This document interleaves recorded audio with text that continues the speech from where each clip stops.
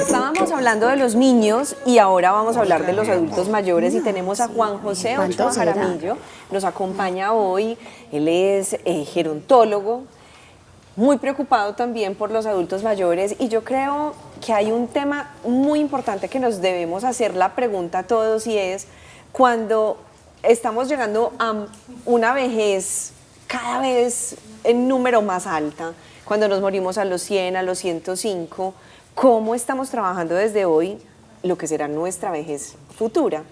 Y qué rico poder hablar contigo de todas estas enfermedades, además a las que les tenemos tanto miedo. Juan, bienvenido, gracias por acompañarnos. Muchas gracias por la invitación, que más que una invitación para mí es para todos los cuidadores también y las personas que viven con trastornos neurocognitivos. Yo creo que es muy real lo que tú dices porque pasamos de tener una esperanza de vida hace 20, 30 años, de 40, 50 años, tener una esperanza de vida hoy en día de 77.7 años. Y lamentablemente la edad, aunque no es un determinante para sufrir trastornos neurocognitivos o demencia, en la edad avanzada es un factor de riesgo. Y ese factor de riesgo, pues obviamente nos predispone más a estas enfermedades. Juan, tú mencionaste algo muy importante que yo quiero que resaltemos acá y es el tema de los cuidadores, de cómo viven, digamos que un diagnóstico de estos en una persona muy cercana, ¿cierto? Digamos que si estamos hablando de la demencia o del Alzheimer, por ejemplo, pues no sé, creo que las personas que tienen esta condición de cierta manera como que no se están dando cuenta de lo que está pasando, ¿cierto? Puede que tengan sus momentos de lucidez en los que digan, ay, sí, o sea, sí está pasando algo, pero luego se les va, ¿cierto? Pero las personas que están alrededor, ver que de pronto no los reconocen, que no se acuerdan del nombre, que no se acuerdan si ya desayunó, si ya fue al baño, o sea, que van perdiendo tantas habilidades que antes eran normales, pues no debe ser un tema fácil. ¿Qué papel cumplen los cuidadores en estas condiciones? Claro, mira, tú mencionas algo muy importante y es que nosotros en un estudio que hicimos hace poco, que era de preparación para la muerte, ahí mencionábamos que la muerte es un asunto de trascendencia, el tránsito del alma de un lugar a otro. Y finalmente dejar de ser, y ese ser lo poníamos en mayúscula, y decíamos que el cuidador experimentaba un duelo anticipado, y no solo por la muerte física de la persona que está cuidando, sino por la muerte psíquica, ¿cierto? Entonces, porque ya, como dice la definición de esa muerte, se pierde de tiempo y espacio, finalmente deja de ser quien era para sus familiares. Ya no es mi mamá a la que yo le podía confiar todos mis secretos, a las que le podía pedir consejos, ya no es mi hermano el que era mi amigo íntimo, ya no es mi esposo o mi esposa. Claro, se van volviendo irreconocibles. Como si fueran los hijos prácticamente. Y Los finalmente bebés. dejan de ser. Hablemos de esos trastornos entonces neurocognitivos mayores. Tú lo mencionaste ahora, pero eso suena un poquito técnico como para entender de qué estamos hablando. Claro que sí, mira, lo que sucede es que anteriormente, hasta el 2013 aproximadamente, el DSM-5, que es el Manual de Trastornos Mentales, nos hablaba de la demencia, ¿cierto? Sí. Ahora lo cambió para desestigmatizar a trastorno neurocognitivo mayor, pero viene siendo lo mismo, la demencia y el trastorno neurocognitivo mayor son lo mismo, solo que la demencia es una gama grande es un síndrome, y dentro de ese síndrome nosotros lo tenemos que catalogar, porque puede ser una demencia vascular, una demencia por cuerpos de Lewis, una demencia tipo Alzheimer, que es la más prevalente. Ah, o sea, demencia y Alzheimer pueden llegar a ser lo mismo, o sea, Alzheimer es un tipo de demencia. Sí, o sea, el Alzheimer indudablemente me va a llevar a una demencia, ¿cierto? Pero no todas las demencias son Alzheimer, porque hay otros tipos de demencia. Pero entonces cuando uno escucha la palabra demencia senil, es también como un sinónimo de decirse demencia, es simplemente porque está en la edad adulta. Bueno, esa pregunta me gusta mucho que me la hagan, porque es que todavía siguen utilizando hasta muchos profesionales el diagnóstico de demencia senil, cuando demencia senil se refiere a esa demencia que nos da asociada a la edad, y ya dijimos que la edad no debería darnos un tipo de demencia, entonces ese término quedó abolido, ya no lo deberíamos utilizar. Y se utiliza la demencia o el trastorno neurocognitivo mayor, que es el que usamos actualmente, para decir que esa persona tiene un síndrome y ya lo catalogamos, depende del cual sea, si es una demencia tipo Alzheimer, por cuerpos de Lewis o entre otros. Si estos trastornos son diagnosticados a tiempo, ¿existe forma, tal vez no de revertirlos, pero sí de frenarlos un poco, al menos su desarrollo, para que puedan tener una vida un poco más óptima? Claro que sí, en realidad eso es lo que nosotros más nos centramos y lo que más intentamos hacer en estos casos. ¿Por qué? Porque un diagnóstico oportuno es muy importante. Muchas veces me dicen, es que no consultamos a tiempo porque eso es la vejez, sí. Eso es la edad. La edad no llega sola, es lo que siempre dicen. Y no, un diagnóstico oportuno es muy importante porque en el momento no hay cura, pero sí hay un tratamiento que está orientado, tanto farmacológico como no farmacológico, a que el progreso de la enfermedad no sea tan rápido.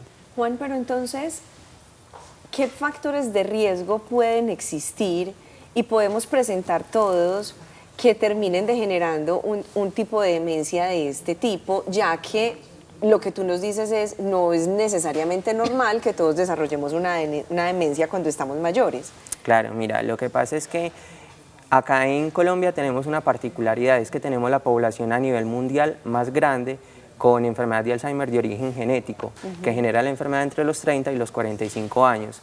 Pero eso no es tan común en otras zonas, ¿cierto? Entonces, normalmente hay unos factores que son modificables y unos que no. Esas que son genéticas son alrededor del 1%, son la minoría, ¿cierto? Okay. Entonces podemos prevenir o tratar de que no se presenten tan pronto las que no son genéticas, que son aproximadamente más del 98%. Esa es la buena noticia, ¿cierto? Entonces, ¿cuáles son esos factores de riesgo? Un factor de riesgo que no es modificable es la edad, ¿cierto? Factores de riesgo modificables, el tabaquismo, la inactividad física, la nutrición es lo más importante. O sea, nuestro grupo siempre se ha centrado en la nutrición, la estimulación cognitiva y la actividad física, que son los más importantes para la prevención de estos, que son también las enfermedades de base, diabetes o hipertensión, que se consideran como enfermedades de pequeño vaso, que van dañando los vasos sanguíneos, en este caso del cerebro, y dejan de llevar nutrientes y oxígeno a esa parte del cerebro y nos genera la demencia o el trastorno neurocognitivo mayor. Voy a volver a tocar el tema de los cuidadores, porque es que de verdad me parece que es un tema muy fuerte y creo que las personas que están viviendo esto deben estar pasando, digamos que una situación muy difícil por el duelo, pero además por los cuidados que tienen que estar teniendo, ¿cierto? Generalmente estos cuidadores pueden llegar a ser los familiares, ¿cierto? Entonces, primero, bueno, me imagino que estas pautas que acabas de decir aplica también para la prevención, porque si es algo hereditario y por ejemplo son los hijos que están cuidando, pues empiecen a cuidarse desde ya, si saben que tienen, digamos, una prevalencia a sufrir de esto, pero además, como reiterar ese papel, cómo esas personas pueden, mientras están cuidando a su familiar que tiene este trastorno, cuidar de sí mismos, porque se les olvida, entonces toda su vida empieza a girar en torno a esta persona. Claro, eso es lo que hacemos un poco en el grupo está más que centrado en la patología, en la persona, ¿cierto? Porque hay muchas personas que se centran en la patología y la persona no es una enfermedad. Algo que yo siempre le digo a los cuidadores, él es el paciente para el profesional de la salud, él es el paciente para el médico, él es el paciente para el gerontólogo, el enfermero, pero para la familia sigue siendo mi mamá, sigue siendo mi papá, sigue siendo una persona que tiene autonomía. Entonces esos cuidadores enfrentan un reto muy difícil, porque mientras en otras enfermedades catastróficas como el cáncer los cuidados son muy regulares, en esta lo que les sirve hoy puede ser totalmente inútil el día de mañana, porque los cuidados son muy cambiantes, porque la persona va transitando entre diferentes fases, en especial entre el día y la noche, que nos puede llevar a unos estados de ánimo que el cuidado tenga que cambiar todos los días. Yo creo que frente al escenario del cuidador, que apenas, digamos, está enfrentando a una persona con una enfermedad, pues digamos, incipiente. Entonces uno empieza a ver un cambio, pero es un cambio leve, ¿cierto? Y digamos que mientras ese cambio leve evoluciona a un Alzheimer en donde uno dice, pues ya está perdido del todo, puede pasar mucho tiempo. Y ahí creo que se da una tensión muy fuerte entre entorno y cuidadores, porque es que realmente tú estás a ciegas. Tú no sabes ni siquiera qué está pasando, además porque uno tampoco es capaz de poner un diagnóstico. ¿Qué hacer? ¿Qué puede hacer una persona que dice, yo veo que mi marido definitivamente está perdiendo sus capacidades, pero además él no se da cuenta y no se deja llevar, por ejemplo, a un médico? ¿O qué hago con mi esposa, que también siento que están las mismas? Yo creo que lo principal es buscar ayuda. Buscar ayuda, lo principal, que muchos cuidadores al inicio se niegan a ellos porque dicen yo soy capaz, yo puedo. No tengo nada. Eso, o eso es la edad, como les decía ahora, pero no, principalmente buscar ayuda y buscar las estrategias. Muchas veces es como se lo decimos, no es lo mismo yo decirle, es que estás enfermo y te voy a llevar al médico, te voy a llevar a un neuropsicólogo, a decirle, ven, yo quiero como consultar, no sé, si me acompañas, vamos, te revisan a ti de una vez y buscar estrategias para que la persona no sienta que estamos vulnerando su autonomía ni que lo queremos llevar a las malas, sino que lo estamos acompañando en el proceso. Y saber que también hay mucha gente que está pasando por lo mismo, que no están, digamos, que viviendo solos en ese proceso y que de pronto cuando se encuentran con una comunidad, perdón, pues este duelo y digamos que atravesar estos procesos puede ser mucho más sencillo. Mencionaste el tema de un grupo, así que por favor compártenos las redes sociales para que la gente pueda enterarse de Claro más. que sí, es que mira, les cuento, de hecho, las relaciones sociales es un factor protector. Entonces nosotros tenemos este grupo de apoyo con alrededor de 500 cuidadores. En redes sociales nos pueden encontrar como Cuidado y Reflexión, en Instagram Cuidado y Reflexión, o reflexiones en torno al cuidado, y ahí aparecen las grabaciones de nuestras charlas y demás servicios que tenemos.